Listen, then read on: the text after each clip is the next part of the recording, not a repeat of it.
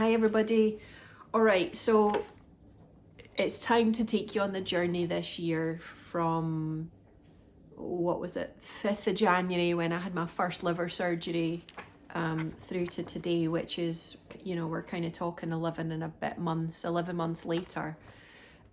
Before I take you on that journey, because it's going to take a couple of videos, I wanted to read something to you. So I've approached this chapter of my cancer journey very, very differently from the first time.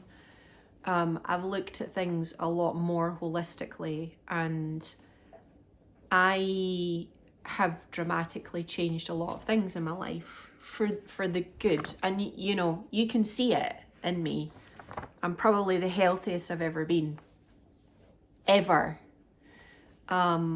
And that's not because I did one or two things. It's because of the approach that I've taken this year and the changes that I've made that I figured out I needed to make because some things just weren't right. So what this is that I'm going to read out to you is a letter that I sent my oncologist. So I'm not going to read the whole thing out because there's a lot of pages in here, and some of these things I can talk about later, and half of them are about data points that I track privately away from the traditional medical approach. But there is a section of this letter that I wanted to read out to you, and the reason that I wrote this letter to my oncologist was I wanted to prepare her for understanding who I was as a patient and the approach that I have taken this year before I met her. I didn't feel it was fair for me to turn up and throw all this stuff at her and to expect her to react, you know, understand, absorb, react, and then have a really good conversation with me in that moment. So I did this letter and I sent it to her, and then when we did meet, she had a clearer understanding of who I was and what my approach was to this cancer chapter. So I wanted to read a section of that letter which explains my approach this year at a basic principle level that I think will serve as a nice foundation stone for the rest of the videos that I do between now and whenever I get to this point in the journey. So don't worry, it's not long, it's only a third of a page. So here we go. This is my approach. My approach to my secondary cancer diagnosis has been one of truth, surrender, and courage. I fundamentally believe at its very core that cancer is a message that something is out of balance and has been for a long time.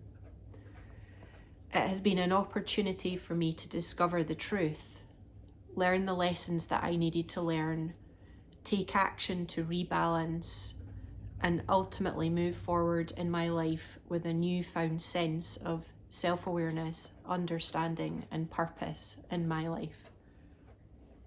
I've approached my secondary diagnosis with an open heart, an open mind, and a level of curiosity that I'm sure Sherlock Holmes would be proud of.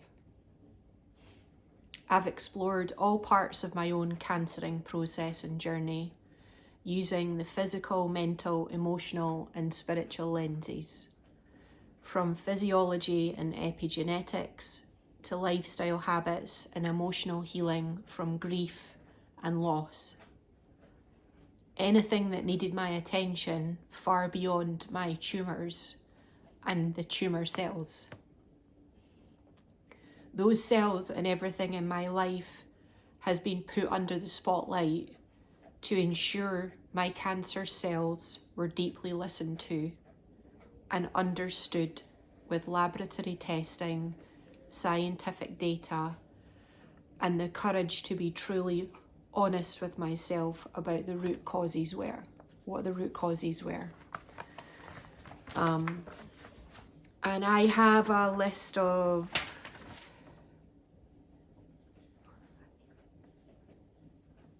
11 things in this letter that I identified as possible root causes to why cancer cells were allowed to grow in my body.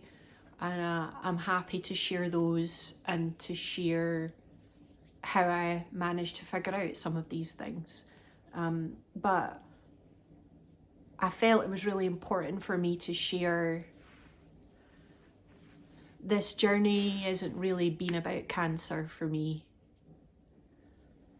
It's not been about dying or about loss. It's 100% been about truth.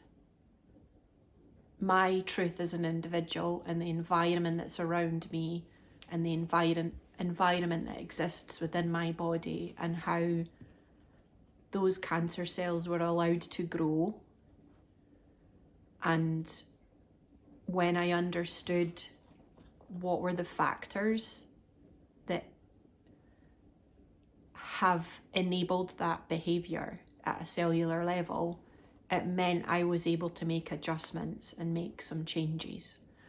And that is why I'm sitting here today looking the way that I look and sound the way that I sound, and I'm moving forward with a very bright future ahead of me. So I hope that lays the solid foundation stone.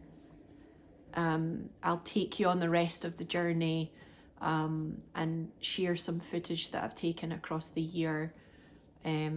So the next video I was going to do on my liver surgery will be coming later this week, I promise.